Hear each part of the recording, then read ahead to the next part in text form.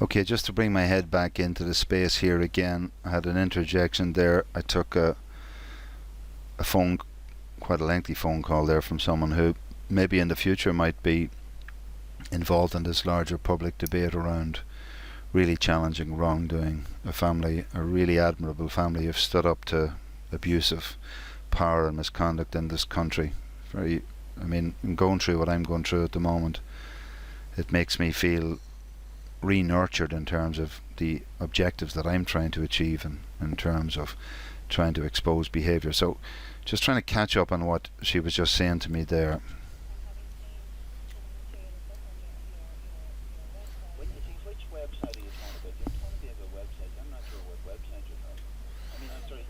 Sorry, this was not a trick question. I've already explained to you. When she keeps talking about websites, I'm fine. I keep looking at, is this my liamogue.com website, which is basically a crappy website at this point in time because I don't have the updated skills to know how to do any of it, nor the time. I'm trying to create content at the moment. Curating that content is totally different. Whereas if she's talking about things like platforms and social media space like Facebook and YouTube, that's something different. So I was really, this was not trying to catch her out. I wasn't being cynical or smart. I really don't know what she's talking about.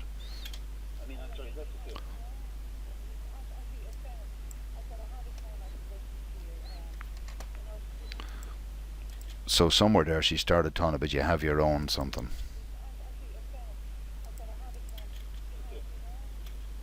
So that was interesting. You have your own, I believe, and then she heads off. She's saying, I'm not giving this guy any further information. So let's see what she says now.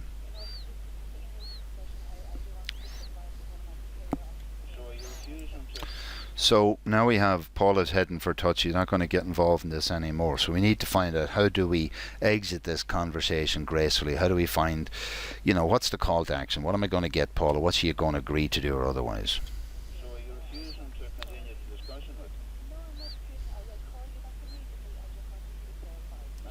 Okay, so I just want, this is what she said. So I'm saying, look, and I'm saying, are you refusing to talk to me? And we'll talk about this in a review afterwards, but what she actually said, let's just hear what she said.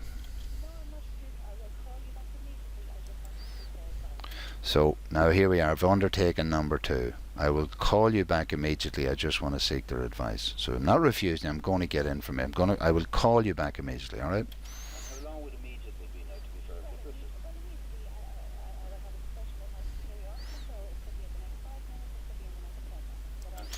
Okay, so could be in the next 5 minutes, could be in the next 10 minutes. So irrespective of what happened in the future, I wanted to explain to you, the viewer, I've now developed an expectation, and I've put another video up there about what's called expectations. What is my expectation? How do we develop expectations? And I develop expectations based on value propositions that are placed. I'm being told by Senior Compliance Officer Paula Forde, no previous dealings with her, I have to accept the fact she's top of the pile in the business she's in, and she's after giving me this repeated commitment. Let me see what she's after saying. The first one was this one. Look at.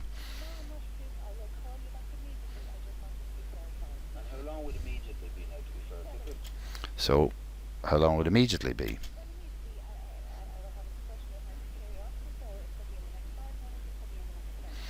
So now I'm an engineer and you give me a figure and you put a tolerance on it. So you know what I mean. If I say to you, I have 100 euros in my pocket, that doesn't mean I have 50 million.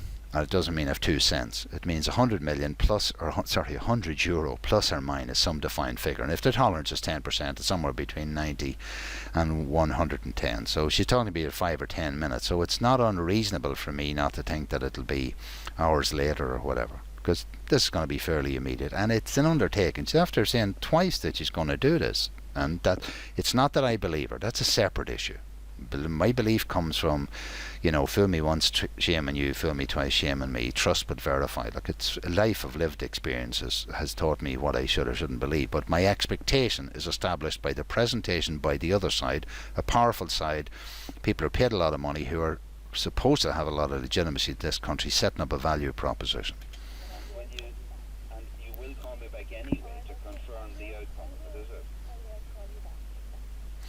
So I want to be clear here, because I wanted to be sure that you will ring me back irrespective of the outcome of your conversation with your boss, and you won't just run away. I suppose, when you've seen this ball pass a number of ways before, the way people deal with their promises, etc., I just had to make it absolutely clear that, so, we'll see what happened after this, right? Okay, that's fine. All right, thanks very much, Paul. All right, nice. Okay, that's the end of that. So you might ask, okay, so what happened next?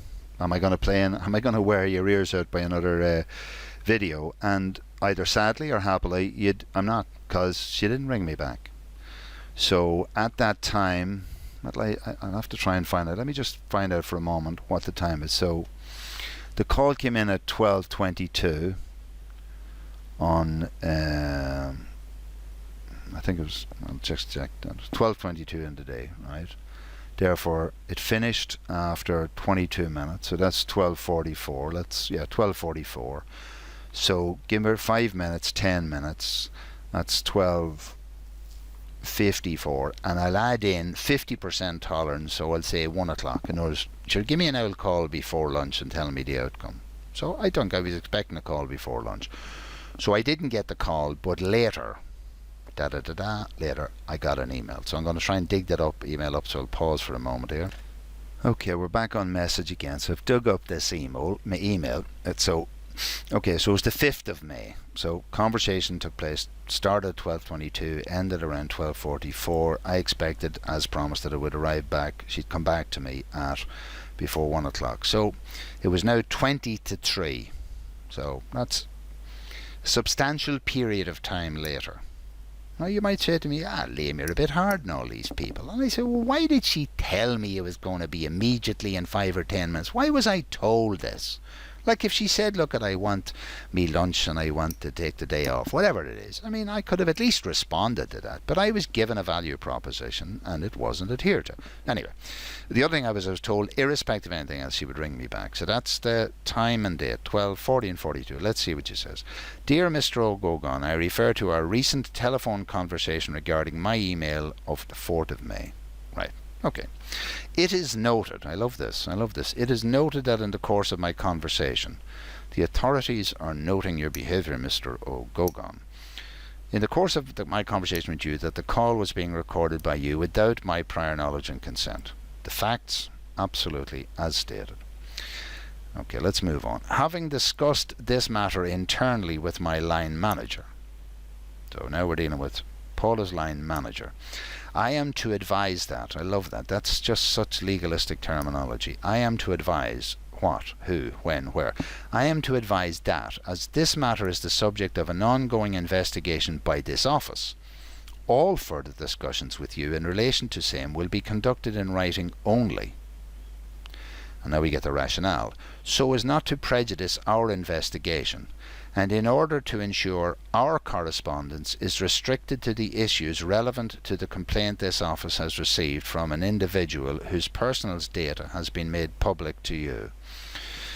Now, a lot of stuff in that, and I think I'm suggesting that the only way to really come to terms with that is to pause the video yourself at this stage. God, if you're not going away and have a think about that. And particularly, I have an expectation that perhaps Paula is still with me, because she might expect me to tell her next week's lotto numbers, and I won't be doing that, not because I wouldn't share it, because I don't know them.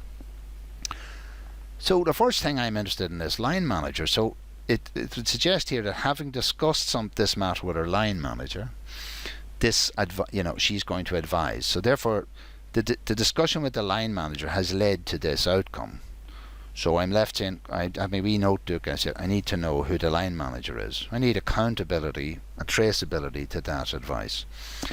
And then I love this one. So no more discussions with you except in writing. So let's look at the argument. And the argument that they won't do an except in writing is so they won't prejudice their investigation. So this was brilliant. It's not, I refuse to talk to you because we're just not going to let you talk. We're not going to let you have evidence. Because it might prejudice our investigation in order to ensure our correspondence, and in order to ensure our correspondence is restricted to the issues relevant to the complaint. Now, can I respectfully suggest that what she's actually saying, that in order that we can restrict the correspondence to the narrow band of communication that we intend to allow you to penetrate or probe or to interrogate. Interesting. And now she's happy. She's happy. I am happy to continue to correspond with you in writing in relation to any further queries I have on my email, all such queries. So this is the pretense at actual public service behaviour, quality public service. So I'm happy to keep corresponding with you. So interesting, just at this point, yesterday evening I was came across a video on YouTube it was on Facebook by Luke Ming Flanagan about him doing something similar to this, trying to probe and interrogate what appears to be a very undemocratic limitation or restriction of the public getting access to data, and certainly allowing him as our public representative to report this information. And again, so I'm seeing again fractal behaviour even up at European level in relation to that. So again, if you look at this is the 6th of May 2016, so then I think that information is interesting to review. But I've just been thinking about this here. This is an argument. These people are not saying we're not going to talk to you. They're just not going to talk to me. But the reason is not that nobody suggested that what I did was illegal. Nobody suggested anything that I needed. It said it was recorded without her prior knowledge and consent. But I have acknowledged, I've stated that I don't, and I also had no obligation to tell her in advance I was recording anything. She has this cultural moral value which she calls courtesy, and I'm fascinated by how the last person, Majella Lysett, had a big thing about fairness. So we get these sort of moral, almost religious, spiritual issues about fairness and courtesy, etc. And that's when you're experiencing butchering abuse from these bureaucrats. Wow, how they get their heads around that, I don't know. But anyway, this thing here is about how are they going to prejudice their investigation? Now, the first thing I want to say is this person undertook. Is it in this? Hold on, let me hear what she said here again. Just this last bit, I think. And you will call me back anyway to confirm the outcome of it, is it? Okay, you might remember when I did that, I said I was very mindful that this is where we might be going, and I said, look, so the very minimum I expected was that she, that she would do what it says on the tin. It said on the tin that she gave me is, I will call you back anyway, whatever the outcome. So I believe that the correct approach then, she should ring me back, Mr. O'Gorgon, I have spoken to my line manager and I am to advise that. She could have said that to me. And I said, I did say I would ring you back and I have fulfilled my decision. Now, you remember earlier she gave a commitment about something else earlier that I noted it at the time in the video, and I said that's another check in the post job, and that's another check in the post. She didn't ring me back. She didn't do what she said she'd do. So am I supposed to have any level of confidence in anything? Now, her ringing me back and saying I'm not allowed to talk to you anymore, or I've decided not to talk to you, or putting forward an argument that talking to me would in some way damage her investigation, telling me that wouldn't damage her investigation. So I offer in evidence the argument that that's completely bizarre, irrational, and an insult to all of our intelligences. Mine, Paula's, and you, the viewer, by the way, not just, it's in the public interest that you bear that in mind. The second thing is, I'm allowed to continue writing to them and they'll respond to my questions, etc., but only in writing. Now, I'm showing you all the writing here. I'm sharing with you the writing. What I can't share with you is the rich neurolinguistic, that which is said between the lines, the rackets that are actually writing as subculture values, the subsonics that are actually going on in the dynamic when the conversation. I can't share them with you because they've cut the channel off to that. And they can't control the conversation, whereas they can control the conversation through email. So I could be writing forever asking very, very ways of questions. So it doesn't stand up. I can take all they write, I can put it up on the internet, I can do what I like with it. So if anything I can do will prejudice their investigation, sure, they're not saying I can't do that. So again, the argument is essentially, I submit that their argument is empty and it's vacant. Now, at this point, I want to come to the conclusory phase of what I want to present. And I hope that I still have the attention of you, Paula. I'm speaking directly to you, Paula Forde, Senior Compliance Officer. And if you have already gone to sleep or drifted off or just said, this is irrelevant, or he's got no traction or whatever here, perhaps somebody else who either works for Paula or Paula works for, or somebody who actually cares about quality might ask her to pay attention to this section of the video, because in this section of the video I'm going to take up her offer of continuing to correspond with me, but I have chosen through one of my gardener's multiple intelligences that I feel more comfortable communicating in this verbal medium. And what I want to do is address to Paula the range, or some of the range of questions, because that I intended to ask her when we spoke originally yesterday. I had some intended notes of the topics that I wanted to, questions that I wanted to ask her, which I've been deprived of as a result of this. So perhaps before I do that, I just want to read into the record my response to Paula after that, okay? Or in response to that email. So I'll just pull it up now. So, yeah, Paula had written to me at 14:42. Now, at the time I didn't see, I'd given up on expecting to hear from her at all, and I was deeply buried in this forensic editing of something else. This is very, very highly focused work on multiple screens, and so I didn't see her email until sometime after that. But by 16:06 yesterday, I decided better put in a response to her while getting into the fray for preparing this video where I intended to do it. So I wrote back to Paula. I think it's important it should be something in that medium as well. And my interest in my I suppose challenge in relation to this whole area from a pedagogical point of view is to see how can I pull this data and present it in a combination of formats: verbal, visual, written, and combine them in some way as to enable the viewer to have some sense of what's going on.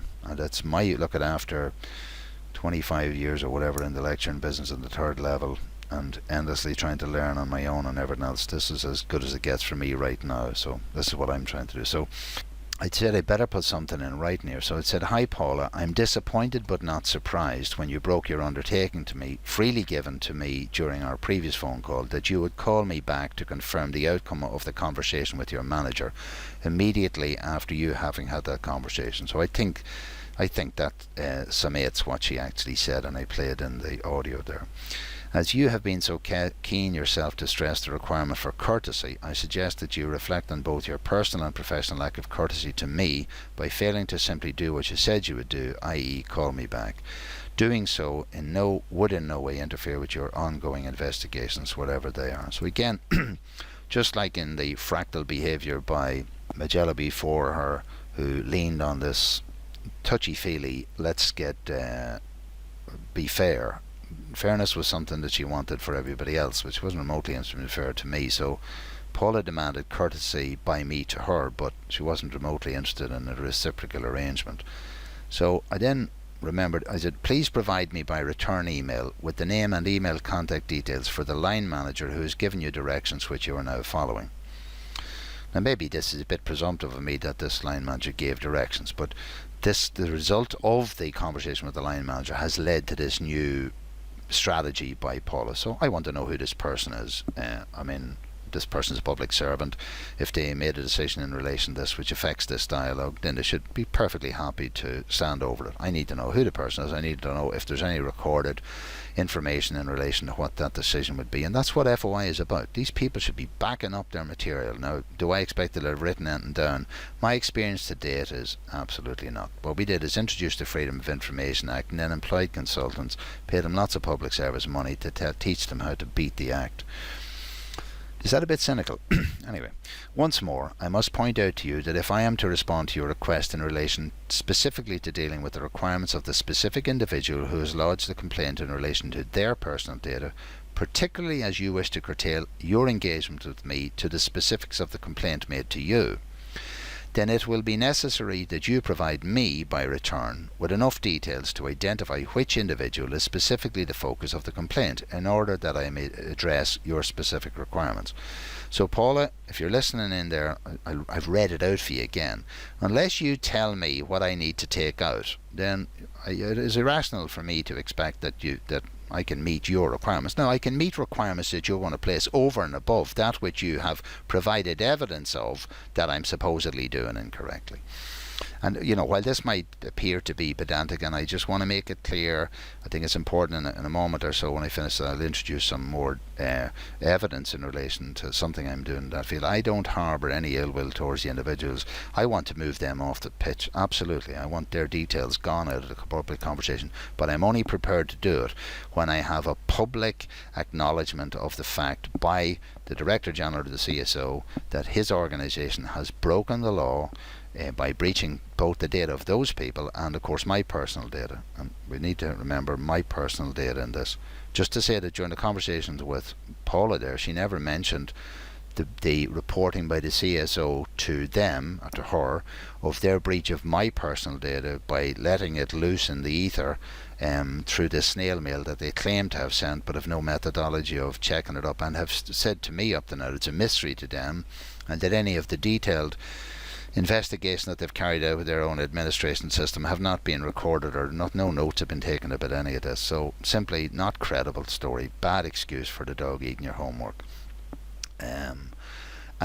But the other thing is this important, because in the previous conversation, which you take the trouble to go back in the YouTube video and it's all there in the data stream, that Magella had actually claimed that the data protection, or so the CSO had put their hands up to the data protection people about my issue as well. So nobody's mentioned my issue to me, so I never got a chance to get that far with it, by the way. So I just end up, there are so many questions that I was prevented from asking you in relation to this issue as a result of your unilateral decision, and it was unilateral on her part, to suddenly end our phone call and to refuse to re-engage with me, to be by phone conversation. Thankfully, my recording of our earlier call to that cut-off point will facilitate me in having an accurate record of the dialogue between us, which is what this video has all been about, analysing and presenting that whole data set to the world in the public interest.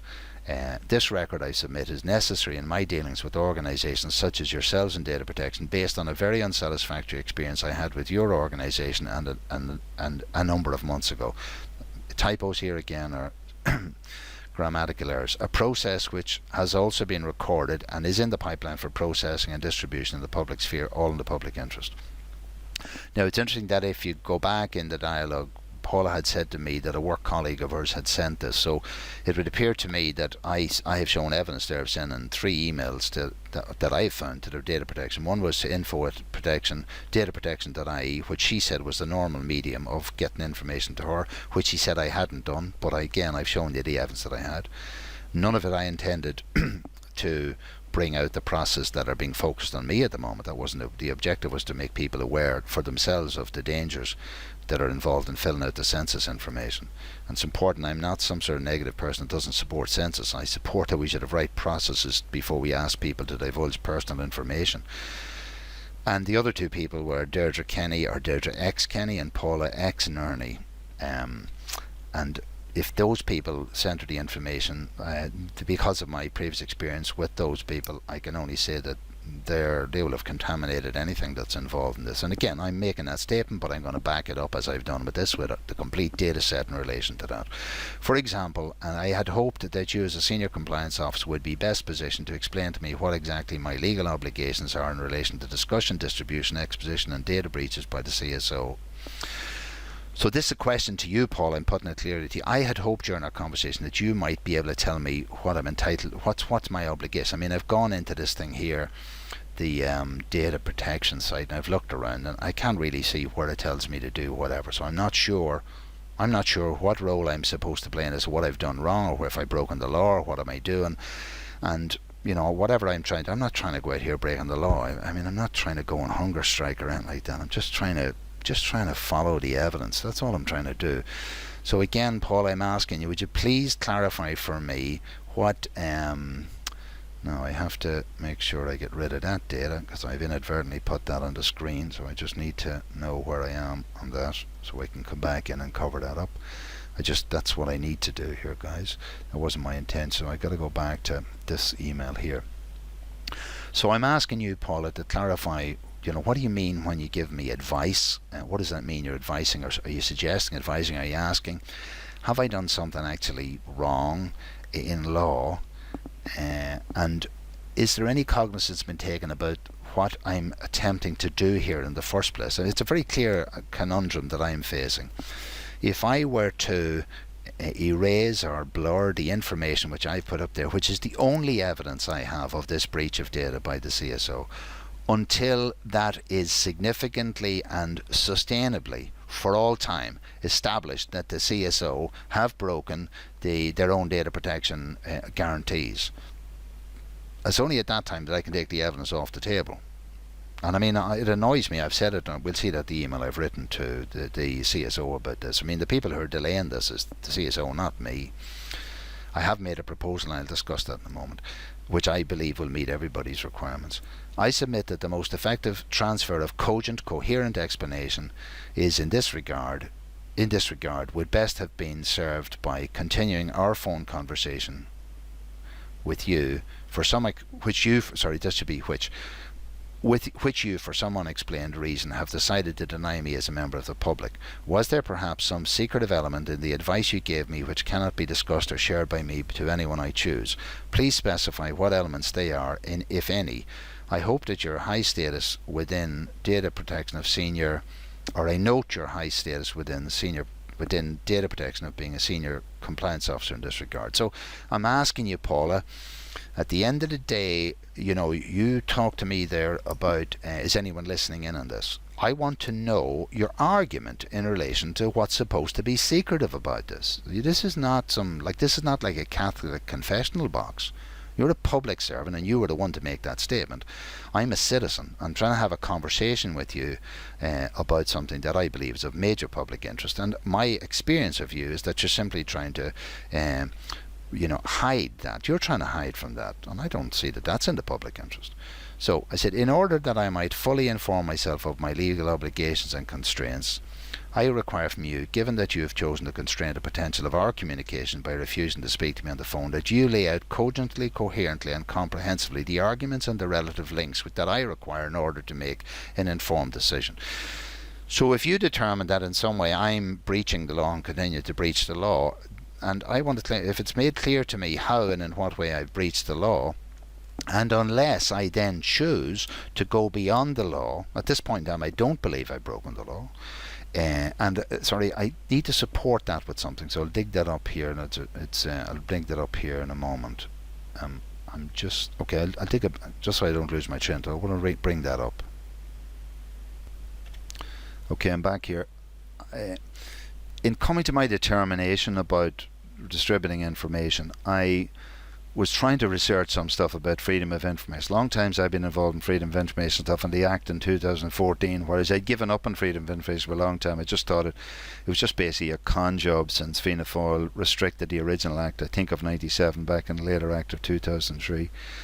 But this 2014 Act was in January 2014. So this case was decided on in November 2014.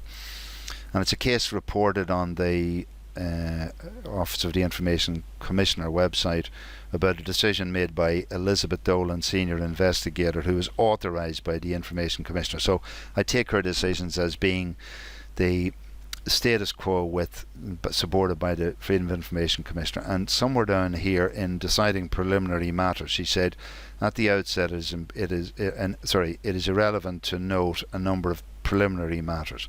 So one that particularly interests me is this one here.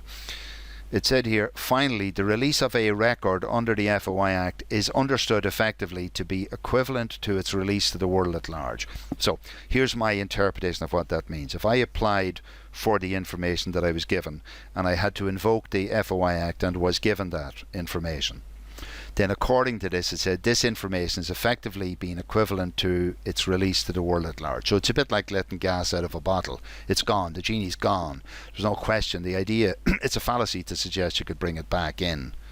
And, God, it's another interjection. I think if I have the CSO writing to me and ask me to send them back bits of paper and everything. I mean, it's just so, I don't know who gave them these words. This is mad stuff.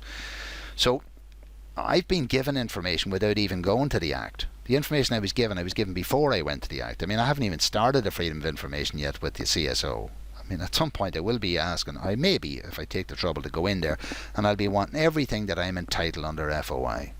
And I want to make it clear to you, I was the one to put the caveat that I didn't want this information. I was given this information freely by the CSO. So my argument is that if I was given this information without even going to the FOI Act, that this idea of it's being understood to be equivalent to available for release to the world at large is even more so in that sense.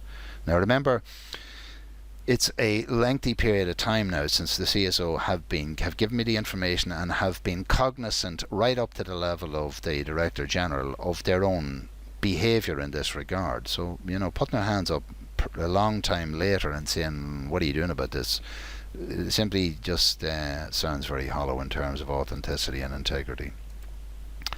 So let me go back to this page. Look, I just want to finish this then for you, Paula. I truly hope that I have made my requirements clear in this correspondence with you, which I will follow up with a more detailed explanatory video of a recently recorded conversation for your consideration and for the review of personal, I don't know why I said, I presume, public citizens. That was a mistake in terms of a reflection on the quality of public service standards.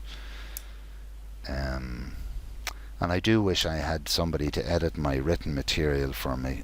I do wish. I find I'm isolated and pressurised into time-wise about doing all of this. But anyway, I've written these, and certainly these are mistaken. This was not supposed to be personal citizens, and this word was supposed to be which. That was which. So, where we're at the moment, I recommend is, I believe Paula has acted unsatisfactorily and unprofessionally as a public servant. I believe she's run away from the table when I was asking her questions. I'm being prevented at this stage from knowing what my obligations in law are. I've tried to go into this website. I find it quite impenetrable in terms of seeking what am I supposed to look for here. It doesn't specify what I'm doing as doing anything right or wrong or otherwise. And I want to put on the record here now the proposal that I have been trying to make unsuccessfully to the CSO in this regard. So I'll just pull that up.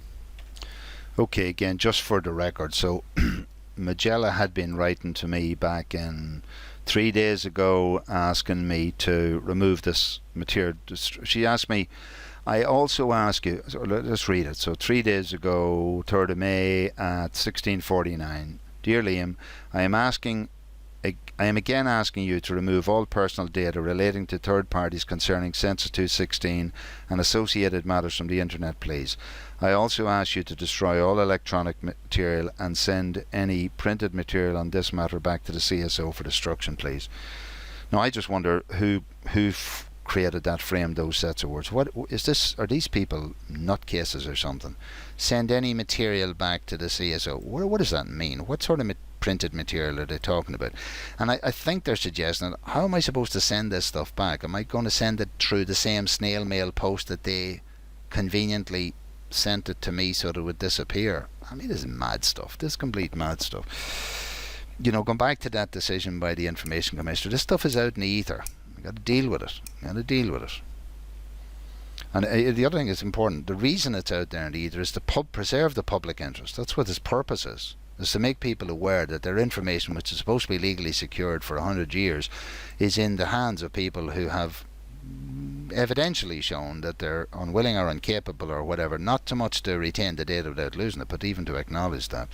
So this is just reminders, etc. She hasn't dealt with any of this. I sent a reminder about it, so I want to move past the reminder if I can and move to the proposal. So I got to a point where I said, look, I need to move this conversation forward because I am not interested in taking any damage in these people who are out there.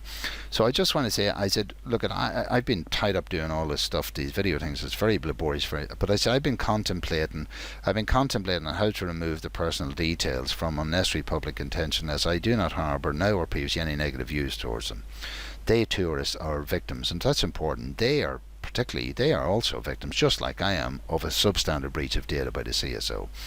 I said, however, in the light of the ongoing, developing and future retrospective public interest in this case study, particularly as a reusable learning object, and in the light of the doubting Thomas principle, wherein any future reader who is denied the facility to actually examine for themselves, as Thomas demanded, the evidence of the wrongdoing and the breach of law by the CSO, by my redacting the details on page 92, that specific detail which you yourself requested that I redact. So she asked me to redact the material on page 92 in that document.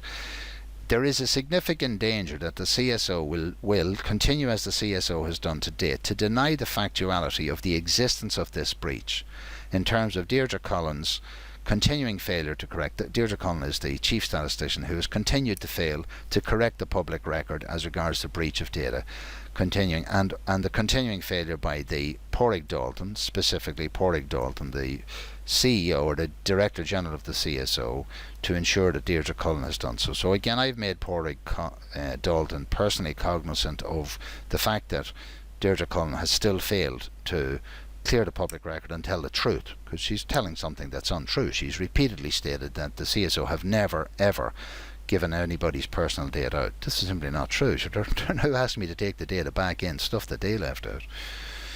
Anyway, I just wanted to, I said nothing that you have said or written to date has addressed this valid public interest concern in securing transparency and traceable auditable stuff. Anyway, what I moved on there, because I'm concerned that, they're all hiding. I mean, since this stuff has gone out there, Pádraig, the whole lot of them are just hiding under the bed somewhere or planning. They're probably circling all the wagons there to find out how do we use collegiate self-protectionism, not which, by the way, in their eyes trumps the whole idea of a public service quality.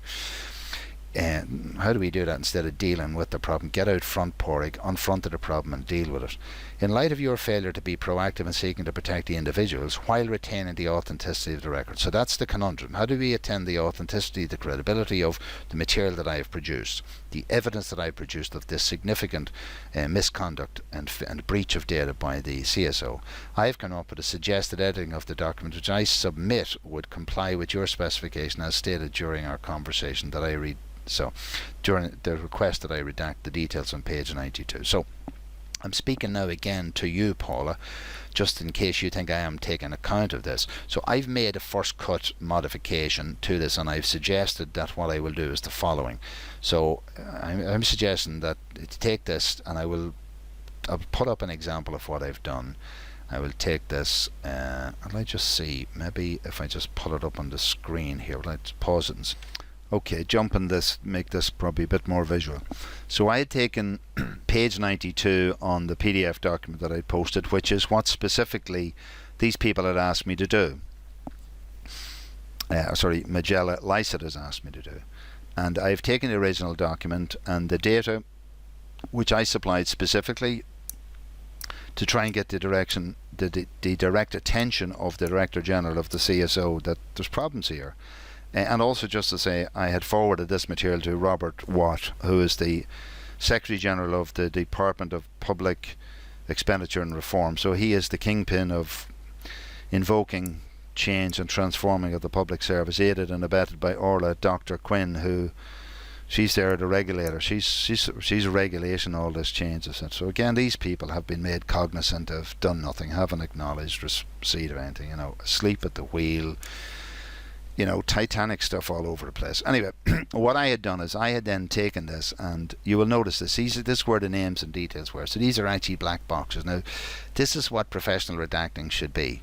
That's redacted. Nothing you can do can show that. No matter what you do, you won't be able to get that information. Yeah, that's completely opposite of what the CSO did. And remember, the CSO are processing, according to Deirdre Cullen, 370,000 pages a day for the next 6 months. They're dealing with equipment and technology that fellas like me could only salivate over and dream about. I'm just an ordinary jungle bunny trying to sort this stuff out. Okay, that's maybe, of course I have some certain skill sets out there, but I'm 60 years of age and behind the technological space. I'm limited in my energy and resource. This is really demanding in terms of the forensic detail. Anyway, enough bitching. There's my offer. I would remove this data. As long as I could replace in its place, then I would offer to put this information. So this then goes into the replacement documents. These personal details were redacted by Liam Oak after confirmation by the CSO that the CSO had breached the personal data of candidates and separately of Liam O'Gogan. Evidence of this admission of that data breach to be provided by the CSO in this doc in order to comply with the Doubting Thomas principle. So look, the proposal that I'm setting out in this thing here is that that's what I am prepared to do. Now that takes those players off the table. So if you're listening, Paul, I think you should probably, you need to review, you know more than I do about this. Does that satisfy whatever you think it should be satisfying? Now, But in order to do this, this is what I said. You will know that this version and overlay note calls for evidential proof that the CSO have formally conceded and confirmed that the CSO has broken the law in breaching the personal data of the enumerator candidates and also separately my data through the snail mail debacle. Okay, now as you have claimed during our conversation, that's the recorded conversation that predates this one. That's the one with the two-part video of my conversation with Majella Lysett. And again, the evidence, the audio evidence is there that the CSO have admitted this, that they've put their hands up, as she said. I propose that an email be sent to me for inclusion in this updated. Now, what I said is that this email is to be signed by Pádraig Dalton, who is DG of the CSO, and on behalf of the CSO has been cognizant, that's personally and professionally cognizant for some time of this issue, of all the associated correspondence I have had sight of, and the breaches themselves, confirming, and so that this email then should be confirming what you yourself have claimed read the breach. The admission of the breach, not the admission of same, the reporting of both breaches to the Data Protection Commissioner. And this is important because nothing that Paula, you have said to me suggests in any way that you have any information, from the CSO acknowledging the breach of my data, and yet I have Majella telling me that they've done so. So, just can you provide this clarity for me? And if you wanted to provide an email, again, you said you would communicate with me an email, and I said, let's go the email route, and then I'll take the emails and I'll put them in YouTube. So all we're doing is missing the richness of your voice and whatever sub-agendas may be carried in that, and whatever weakness or richness or actuality there is in my voice. It's out there. I'm prepared to live it. I have to listen to myself all the time. And the official notification of these breaches to the victims of this unlawful breach, including me as one of those victims. So then I said to her, if you can expedite this email. Now, I wrote this email a couple of days ago. I believe we can all move forward collaboratively and employ productive reasoning to engage with the core consideration of quality performance with professional integrity within the CSO and by extension the broader public service. Right? So my undertaking was, when I receive the email, I will proceed without delay to replace the PDF with the agreed modified one. So that's the proposal. Paula, you're in there wondering what I'm doing about this. I'm doing something about this. 2 days ago, on 4th of May at 11:47, I wrote to Majella, I'm making this offer. Okay, so I want to see, was there any follow-up in the mail chain. So let's just, okay, there we are. 1 day ago, yesterday. So yesterday I followed this up on the 5th of May after writing her on the 4th of May with my proposal on the 5th of May at 12:10.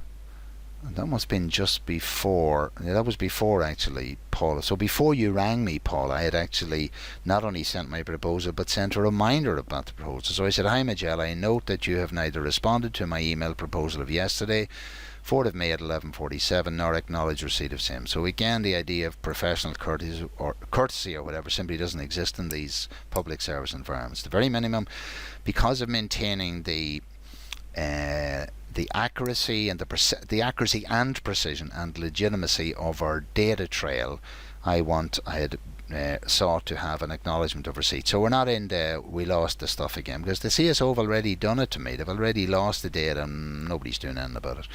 Okay, given your stated that's my typo, given your stated concern over this material continuing to be online, it appears to me you would be more proactive in moving a solution forward. So this is important. Like, I'm being bullied around here saying, get this off, get this off, get this off. And I've made a proposal. I think it's a reasonable proposal. It retains the public interest, authenticity about everything and the validity of what I've been working on. And I'm making my offering here. All this stuff is open source. My personal wish is that this material in some way works its way into an educational program for people who are either involved in critical thinking or ethics or senior management or anything to do with acting responsibly, and can serve in a forensically supported way for people to meticulously go through the data, to pick holes in my arguments or my data and vice versa, and to hopefully inform themselves to make better decisions to run their own lives going forward. Going forward is very important. I have to use those words. We've been using them for years, all part of the change management lingo. And then I just said, look, we need to get clarity on that. So I said, if you have not responded by 5 p.m. today, so the clock's gone, that was yesterday, I am now assuming, I said, I will assume that you to be no longer wish to pursue this positive approach to represent the interests of the candidates who you claim to sought your assistance to address their needs. So if she's representing people, and if they said, look, we need you to help us CSO, guys, if this person is representing you, she's simply gone away from the table. She's not doing her job. I have made a proposal. I haven't had an acknowledgement of receipt to that proposal. I haven't had a reason. I haven't had a rejection, and I haven't had some hole picked in the argument of what I'm placing. What I do have is avoidance of taking a responsibility. I mean, this is this never-ending failure or denial of responsibility. I mean, I am calling on this again on Padraig Dalton, the Director General of CSO, come out from under the table, get real, take your responsibility, put your people in order, put your shop in order. As regards talking specifically to you, Paula, I hope that you appreciate that I have made strides to try and move this problem forward, to remove those people off the table till we get to discuss the real issues. And core to this conversation and the previous one I had with Magella is this core question about public servants trying to do with people, with business, with citizens, and trying to suppress the citizens' ability to be able to reflect that interaction or engagement into the public domain for assessment by the public. There is nothing private about our discussion. I was not discussing your personal life with you. I wasn't breaching anything about your privacy. Anyway, folks, that's it for the moment from the this episode of the research project Does It Matter. I am hoping to now take my time to go back to getting back in the chronological sequencing of the production of the other data as a supportive mechanism to everything which I've proposed so far. And I do hope, I mean, this is a call out to both Paula and to Magella, that you engage in this process. I'm asking you, Paula, I would ideally like that you would come back on the phone with me. You can get your own recorders. I'll send you a copy of the record. There's no problem. We can do it on Skype. We can go into live video conferencing. We can do whatever we like, but we can't do it in privacy. I mean, this is not an in-camera court. This is not it might be a star chamber from where you are, but for the rest of it, in the public interest. In fact, if you're interested, folks, I just click on this here. I wonder where does that bring us? But really, what this is about is behind all this. Let me just suggest to you is the ISO Halo. What's ISO Halo all about, right? So that's another video which you can come across on my channel about what's going on in our country, about what we've created. We've ended up in a country with what I call a low trust society because of our failure, one, to do what we say we'll do, and to hold people accountable for that very honourable position that they've been given in society. Anyway, before I go off on a jaunt on that one, thank you very much for joining me from Liam O'Gogan here at the Does It Matter research programme. Thank you.